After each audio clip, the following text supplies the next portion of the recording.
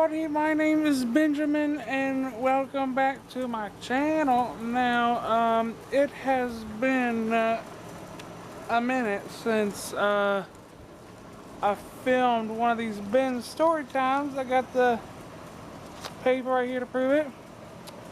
Now, I haven't talked to the camera in at least a month and a half now. It's probably the last time I uploaded. But I'm going to be making more videos. Oh, there's a car over there.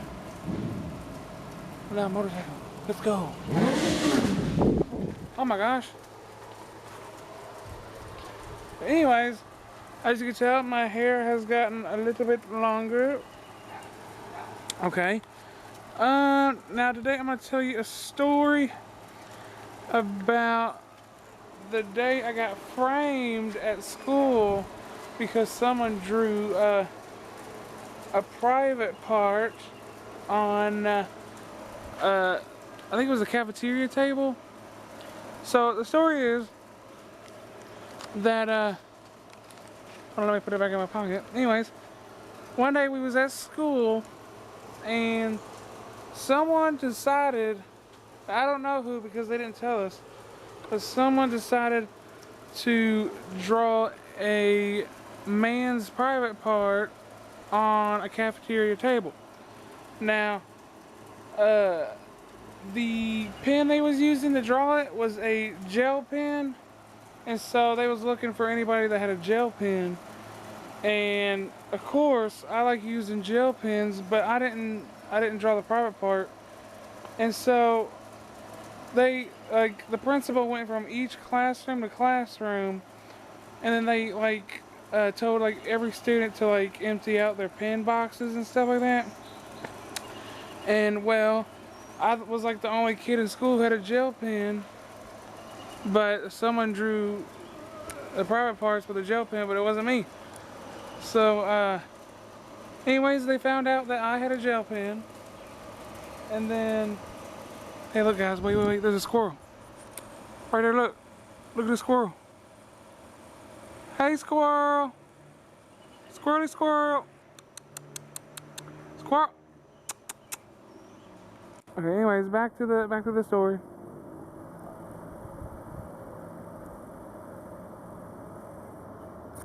Okay, anyways, the principal saw that I had a gel pen, and so they took me to their office, and then they sat me down and asked me there's why'd you do it? And I didn't do it. So I told him, I said, I didn't do it. And my friend Shauna,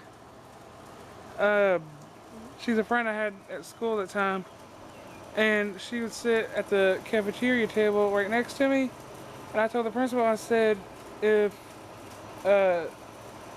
you think I did it, you can ask my friend Shauna, because she'll know that I didn't do it. And so they went to Shauna, and then I was sitting in that room for about an hour, and then they come back and then they tell me, sorry about that, but we thank you for your patience. And I was like, bro, did you, they just framed me for no reason, and then all they got to say is sorry. That's that one.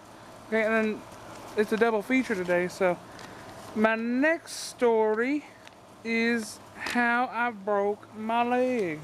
Okay, so what it is that it was way back when I was a kid. Oh, is it still rolling? Okay, it's still rolling. But way back when I was a kid, my brother got to go to laser tag and I didn't. And so I felt left out. So my mom took me to a place nearby us called Blazers Fun Zone. And it's a place where they have inflatable obstacle courses and slides. And they have golf course, a mini golf course. And they also have laser tag there. But they also have roller skating there. Now, me being, or I'm more skinnier than what I was when I was a child, but I was a fat kid. I was a little chubby boy. And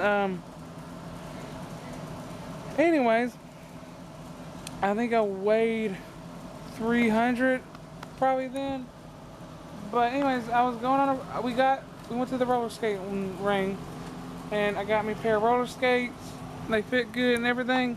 Anyways, I started roller skating around the little ring they got, and for some reason, and that was like my very first time roller skating, but like I kept falling usually, like cause I didn't know how to skate.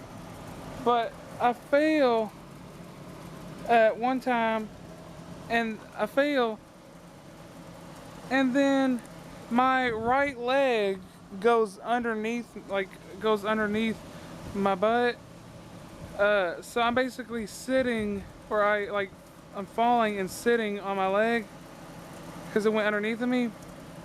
And so anyways, I felt this great pain in my leg, and I was bawling. I was like crying like a 2-year-old baby. And my parents were sitting over like on the sideline, and they didn't notice until like a minute after I was screaming and crying. But yeah, I broke my leg, and then they took me to the hospital, and then we got it patched up. But somehow they didn't set it right, the doctor, because we went to the emergency room, but somehow they didn't set it up right. And the night that they they kind of put my leg in a splint almost, but it hurt that night. Ooh, like it hurt so bad, and I just couldn't go to sleep. I was like hurting so bad. It felt like this pain shooting through my leg. It was indescribable. Anyways, so we go, I think a few days later, to an actual doctor, and she says, well, the emergency room that you went to didn't set it right, so now we gotta break it, or they put me to sleep for it, but she said we gotta break it again and reset it.